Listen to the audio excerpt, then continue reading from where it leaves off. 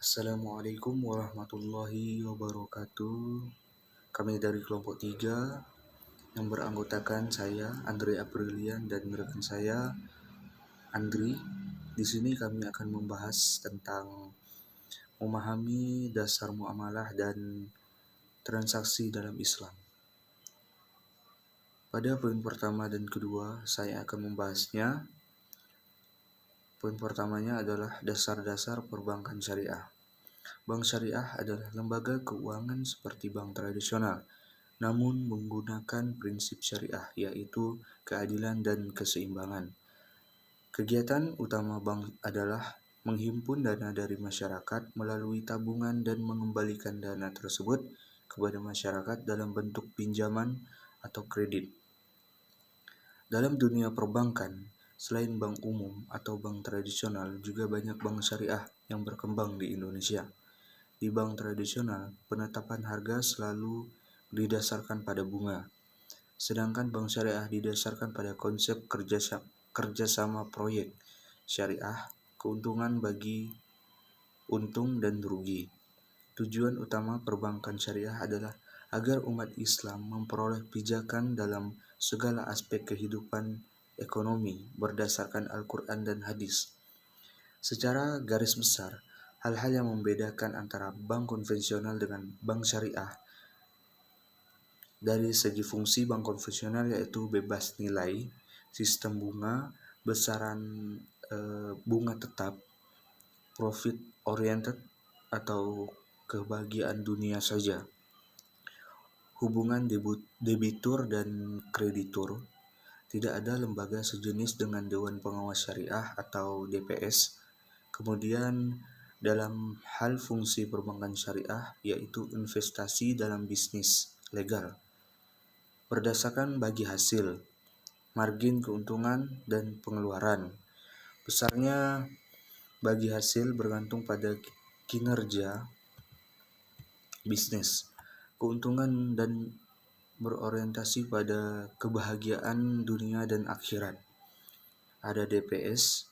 Berdasarkan aktivitas bank syariah juga memiliki berbagai model hubungan seperti kemitraan atau bagi hasil, pembeli dan penjual, sewa dan jasa. Sebagai bagian dari bisnis perbankan nasional, bank syariah telah menjadi penggerak perekonomian nasional. Perkembangan perbankan syariah di Indonesia dimulai pada tahun 1992 saat Bank Muamalat Indonesia didirikan. Bank Muamalat Indonesia atau BMI adalah bank syariah pertama yang didirikan pada tahun 1991 dan mulai beroperasi pada tahun 1992. Bank syariah merupakan salah satu bank yang berhasil bertahan dari krisis moneter yang dialami Indonesia pada tahun 1998 dan menginspirasi pesatnya perkembangan Islam. Perbankan syariah mengalami perkembangan yang pesat setelah lahirnya Undang-Undang Nomor 10 Tahun 1998 tentang perubahan atas Undang-Undang Nomor 7 Tahun 1992 tentang perbankan. Perubahan undang-undang ini memberikan peluang yang sangat besar dan landasan hukum yang lebih kuat bagi perkembangan bisnis perbankan syariah, serta memberikan berbagai peluang bagi pengembangan jaringan perbankan syariah, termasuk melalui pembukaan kantor cabang syariah atau KCS, izin bank tradisional. Selanjutnya, poin yang kedua yaitu dasar-dasar fikih muamalah. Islam mengatur hubungan antara sesama manusia terkait transaksi dalam fikih muamalah. Fikih muamalah sendiri memiliki karakteristik khusus yang berbeda dengan yang lainnya. Ini dalam hal kasus-kasus fikih di dalamnya. Oleh karena itu, sudah seharusnya bagi setiap muslim yang melakukan transaksi dalam kehidupan sehari-hari untuk mengetahui karakteristik tersebut. Berikut ini karakteristik khusus fikih muamalah yang terdapat dalam kitab Al-Muamalah Al-Maliyah Al-Mu'assirah Fikih Al-Islami karya Dr. Muhammad Usman Sabir. Yang pertama, fikih muamalah dibangun atas dasar prinsip-prinsip atau asas yang bersifat umum. Para ulama sepakat bahwa fikih muamalah dibangun atas dasar prinsip-prinsip umum dan universal, di mana fikih muamalah tidak terlalu masuk atau mengurusi hal-hal yang sifatnya lebih terperinci. Kedua, pada dasarnya segala hal yang berkaitan dengan muamalah atau transaksi hukumnya adalah diperbolehkan. Pada dasarnya, hukum asal dalam hal ibadah adalah haram, sampai ada dalil dari nas baik Al-Quran maupun As-Sunnah yang memperbolehkannya.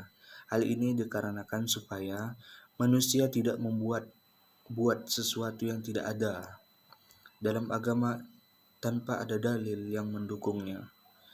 Berkebalikan dengan ibadah, pada dasarnya hukum asal dalam muamalah adalah diperbolehkan sampai ada dalil yang tegas melarangnya. Hal ini didukung oleh Al-Quran maupun hadis Nabi, yang artinya Allah lah yang menundukkan laut untukmu agar kapal-kapal dapat berlayar di atasnya dengan perintahnya, dan agar kamu dapat mencari karunia-Nya, dan agar kamu bersyukur, dan Dia menundukkan apa yang ada di langit dan apa yang ada di bumi untukmu semuanya. Darinya, sungguh dalam hal yang demikian itu benar-benar terdapat tanda-tanda atau kebesaran Allah bagi orang-orang yang berpikir.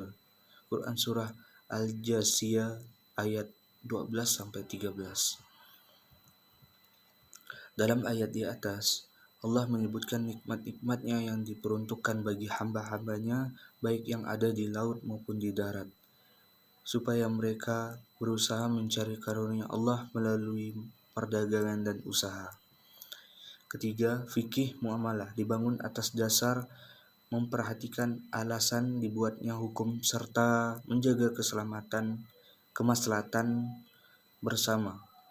Jika dalam ibadah lebih dominan hukum yang dihasilkan adalah ta'budi atau ghairu ma'qul al-ma'na, artinya tidak bisa dijangkau oleh akal atau irasional, maka dalam muamalah lebih cenderung kepada sifat ghairu tabudi atau ma'qul al-ma'na, artinya bisa dijangkau oleh akal atau rasional. Argumen yang mendukung bahwa fikih muamalah cenderung bersifat rasional adalah penelitian Al-Muwafaqat lil Ash-Shatibi juz 2 halaman 298. Yang keempat, fikih muamalah menggabungkan antara sifat yang tegas dan lentur. Tidak dimungkiri bahwa sebagian hukum-hukum muamalah ada yang berubah disebabkan perubahan ilat atau alasan sebuah hukum dan juga maslahat. Namun ada juga sebagian yang hukumnya tetap tidak berubah seiring berubahnya situasi dan kondisi. Hal ini menunjukkan bahwa fikih muamalah itu memiliki karakteristik tegas sekaligus lembut. Mungkin itu saja yang dapat saya sampaikan. Selanjutnya akan dilanjutkan oleh rekan saya, Saudara Andri. Saudara Andri, saya persilahkan. Bismillahirrahmanirrahim. Assalamualaikum warahmatullahi wabarakatuh. Perkenalkan, nama saya Andri dengan NIM 1207151. Baiklah, saya akan meneruskan presentasi yang tadi disampaikan oleh rekan saya yaitu Andre Aprilian, yaitu tentang haramnya riba serta persoalan peradaban dan persamaannya dengan bunga bank.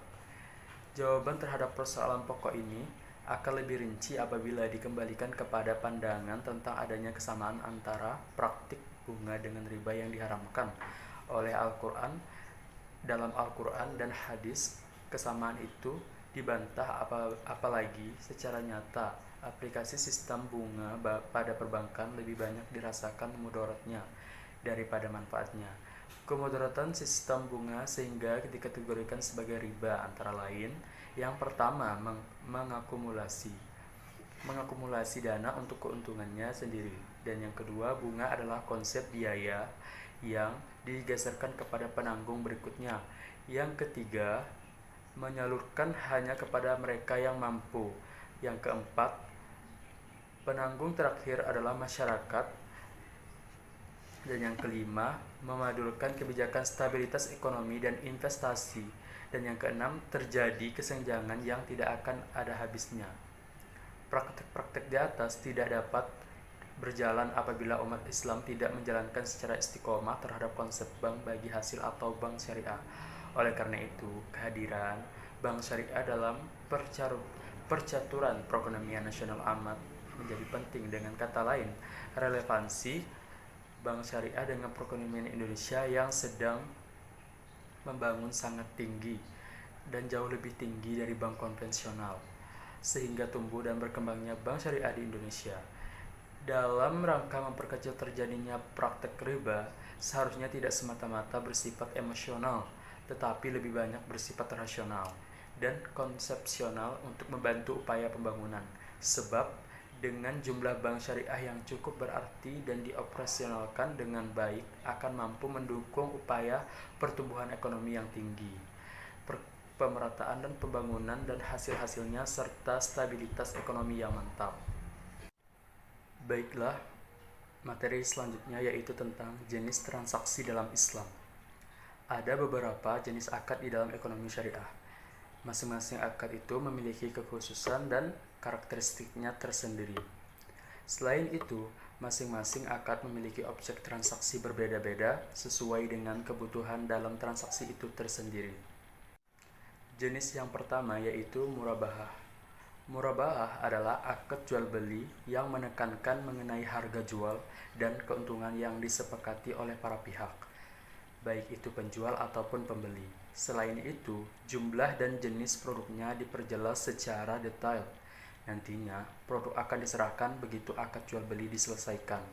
Untuk pihak pembeli bisa menunaikan kewajibannya secara cicilan atau membayar tunai.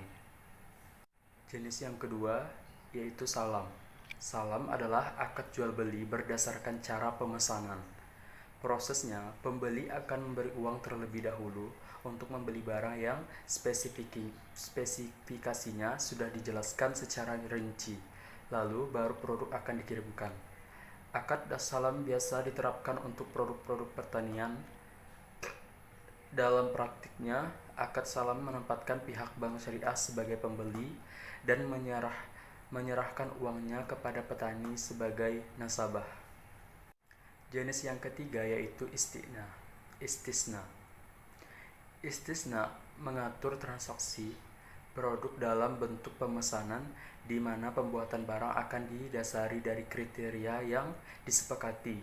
Dalam akad ini, proses pembayarannya juga sesuai kesepakatan dari pihak yang berakad, baik itu dibayar ketika produk dikirim atau dibayar di awal seperti akad salam. Jenis yang keempat yaitu mudharabah. Mudharabah adalah akad yang lebih mengatur antara sahibul mal atau pemilik modal dengan madribnya atau pengelola modal. Nantinya, pengelola madrib dan pemilik modal akan membagi hasil keuntungan dari usaha yang dilakukan. Jika ada kerugian, hanya pemilik modal yang menanggung kerugiannya. Jenis yang kelima, musyarakah. Musyarakah ini sedikit berbeda dengan mudharabah. Akad ini dilakukan oleh dua pemilik modal atau lebih yang menghimpun modalnya untuk proyek atau usaha tertentu. Nantinya, pihak madrib atau pengelolanya akan ditunjuk dari salah satu pemilik modal tersebut.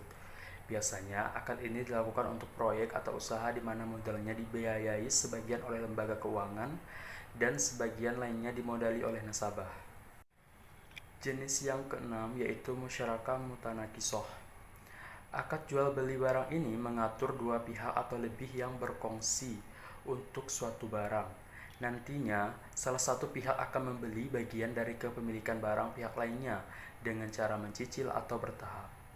Akad ini biasa dilakukan jika ada proyek yang dibiayai oleh nasabah dan lembaga keuangan yang kemudian dibeli oleh pihak lainnya secara bertahap atau cicilan. Jenis yang ketujuh, wadiah. Wadiah adalah akad di mana salah satu pihak akan menitipkan suatu produk untuk pihak kedua. Akad ini cukup sering dilakukan dalam perbankan syariah dalam produk rekening giro. Untuk yang jenis yang ke-8 yaitu wakalah. Akad wakalah ini lebih mengatur untuk mengikat antara perwakilan suatu pihak dengan pihak yang lain. Akad ini biasa diterapkan dalam pembuatan faktur atau invoice, penerusan permintaan, atau pembelian barang dari luar negeri. Jenis yang ke-9 yaitu ijarah. Akad ijarah mengatur mengenai persewaan barang yang mengikat pihak yang berakad. Biasanya akad ini dilakukan jika barang yang disewa memberikan manfaat. Biasanya juga penerapan akad dalam bank syariah ini adalah cicilan sewa yang terhitung sebagai cicilan pokok untuk sebuah harga barang. Nantinya di akhir perjanjian, penyewa atau nasabah bisa membeli barang yang dicicilnya tersebut dengan sisa harga yang ditetapkan oleh bank syariah.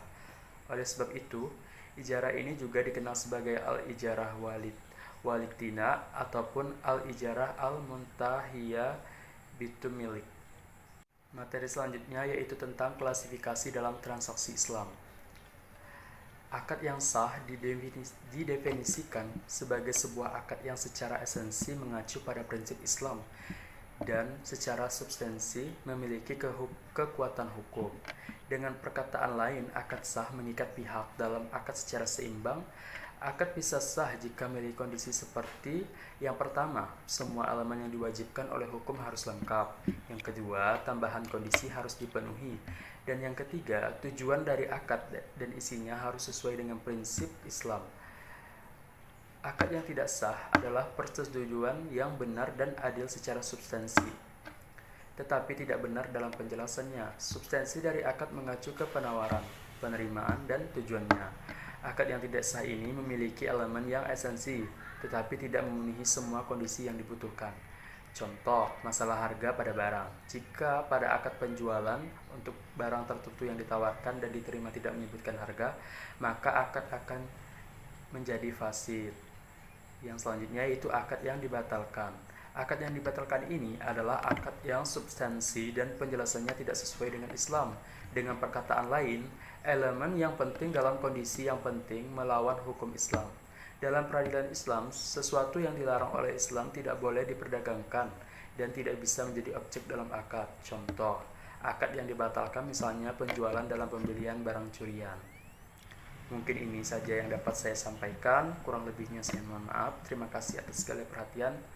Wabillahi taufiq wal hidayah. Wassalamualaikum warahmatullahi wabarakatuh.